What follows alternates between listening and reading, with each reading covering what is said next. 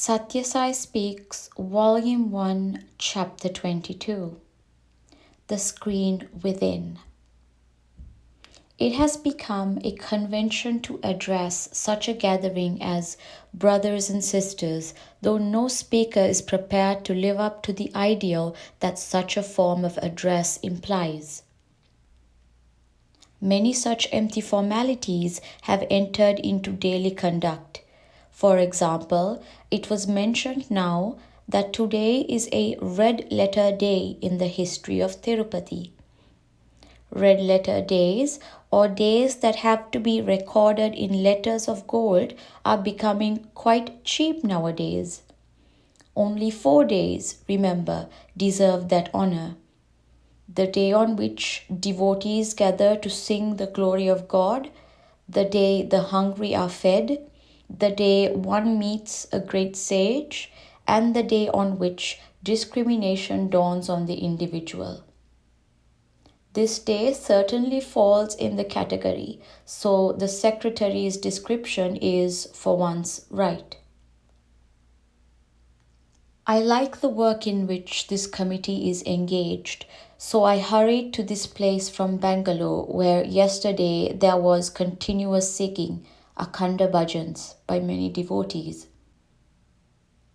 I like Saint Tyagaraja. My affection for him is not a matter of today, it is centuries old, and Tyagaraja and Tirupati are also attached to each other.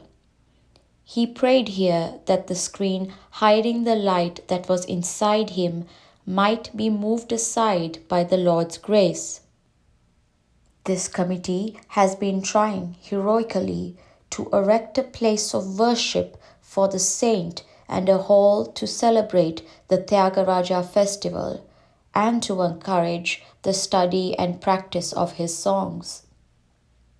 I was sorry when I heard their report and listened to the journeys these people have made to the distant places and the driblets of donations they have received so far. The means for collecting donations must be pure. Though the report is evidence of their devotion and sacrifice, it reveals the false sense of values that people are developing today. Money, dabbu, must also circulate like blood, blood-oo. Otherwise, that too will cause ill health. There is no better method of using money than for promoting devotion, for the entire system, individual and social, will benefit. If money is stored and not circulated, it will cause social swellings, and the swelling may become boils and burst.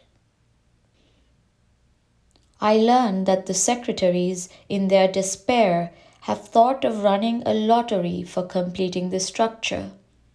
I am very much against this plan. A lottery attracts money from persons who are moved by greed.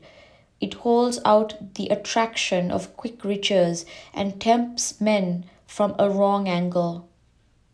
It will be tainted money to sell lottery tickets and distribute prizes and use the balance. Though it is for a good purpose, the means must be pure. Everyone who gives even a paisa must give it out of real devotion, knowing that the paisa will be used for the building that one wants to get built. Do not receive money given half-heartedly or with even some motive other than devotion. Then only will the building be worthy of Tyagaraja, who spurned the wealth, nidhi, offered by the Rajas of Tanjore and preferred the proximity, sannidhi, of the Lord to the favors bestowed by human donors. It is when diseases are rampant that doctors are needed more, and now, when the standard of moral conduct has fallen very much, people must turn to doctors like Tyagaraja, who dispense the drug of repeating the name Rama in their own sweet, palatable versions. All have equal right to share in the health-giving proprieties of that drug. In every linguistic group, we have great doctors who treat this disease of worldly existence successfully.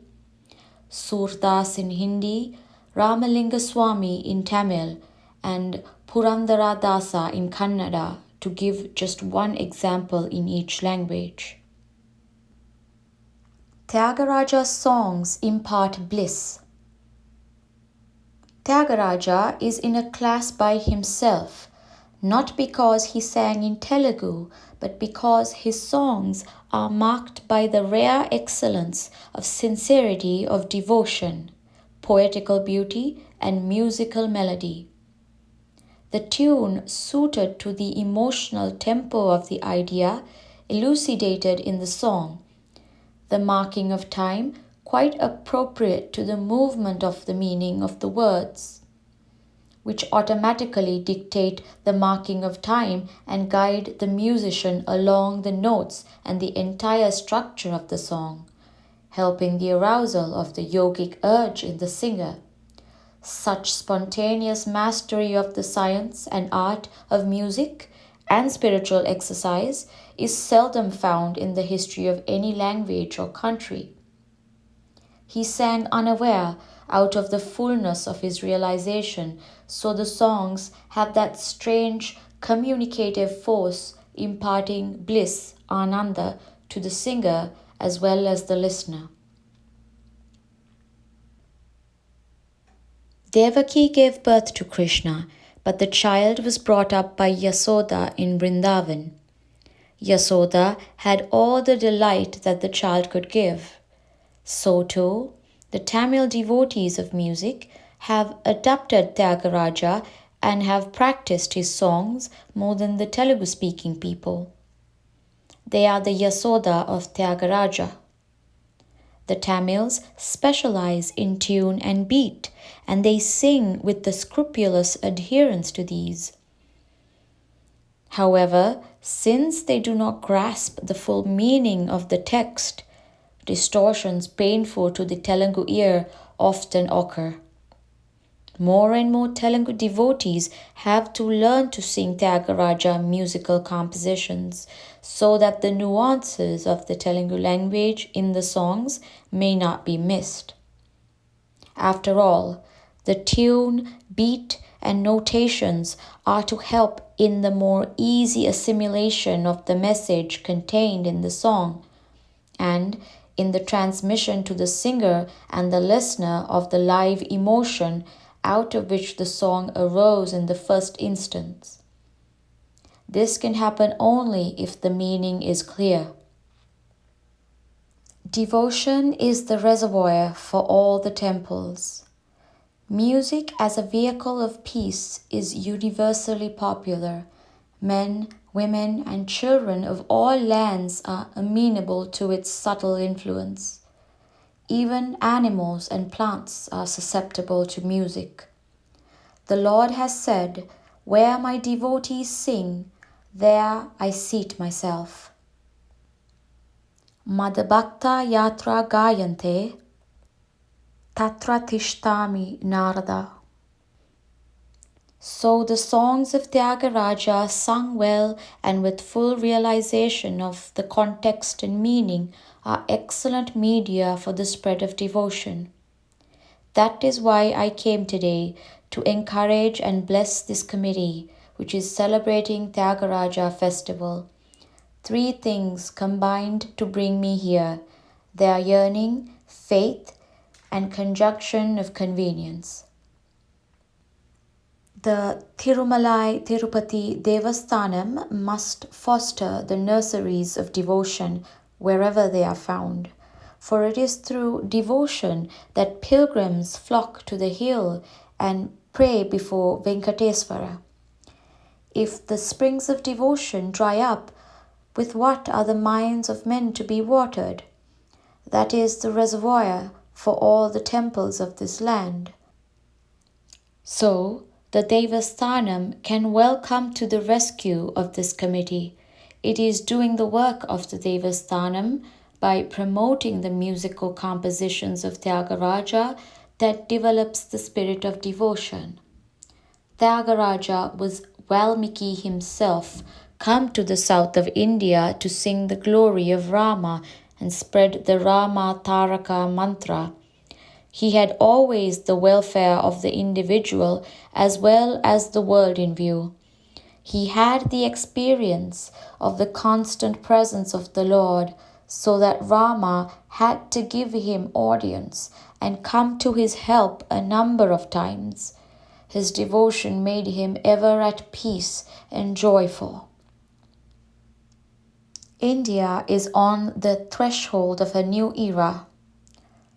Prayer and contrition are the two disciplines by which the mind can be cleansed of egoism and hatred. Tyagaraja is a fine example of how this can be done. He was ever engaged in the process of examining his words and deeds and evaluating them on the touchstone of devotion. As the bee in search of honey wanders in search of the flowers, as the creeper clings fast and fondly to the tree lest it fall, as the rill runs to the river and the river rushes to the sea, so Tyagaraja pined for Rama. His songs are pure fragrant blossoms of devotion and therefore are immortal. Everyone seeks rest, but the dust of sense craving accumulates on the mind, producing rust and threatening to burst it. So one has to test it off and on, keep it in perfect trim. To remove that rust, the music of Tyagaraja's musical compositions will be useful. Lay aside your cynicism for a while and listen to the captivating tunes and imbibe the sense. The science of spiritual culture and of the control of the mind has been developed and practiced in this country for thousands of years, and that is why Indian civilization has stood the shock of ages and the fury of typhoons that swept whole peoples off their feet. India is still green and fresh on the threshold of a new era under the leadership of her own ancient ideals. The taste for good music has also gone nowadays with the coming of catchy lilts and croonings from the cinemas, and the craze has spread for imitating them even in bhajans. Sing the compositions of Tyagaraja in the classical tunes, and I am sure they will have great appeal. They are not mere songs, patalu. They are bundles, mutalu, of precious stones. They take you along the road, batalu, to God. If Tyagaraja gets neglected, this holy hill will lose height, for the hill stands so high because it rests on the pedestal of devotion. Neglect of Tyagaraja can happen only when the people of this land become desperately worldly, deaf to the whisper of the God within. Tirupati Tyaga Brahma Festival, 1957, July 11th.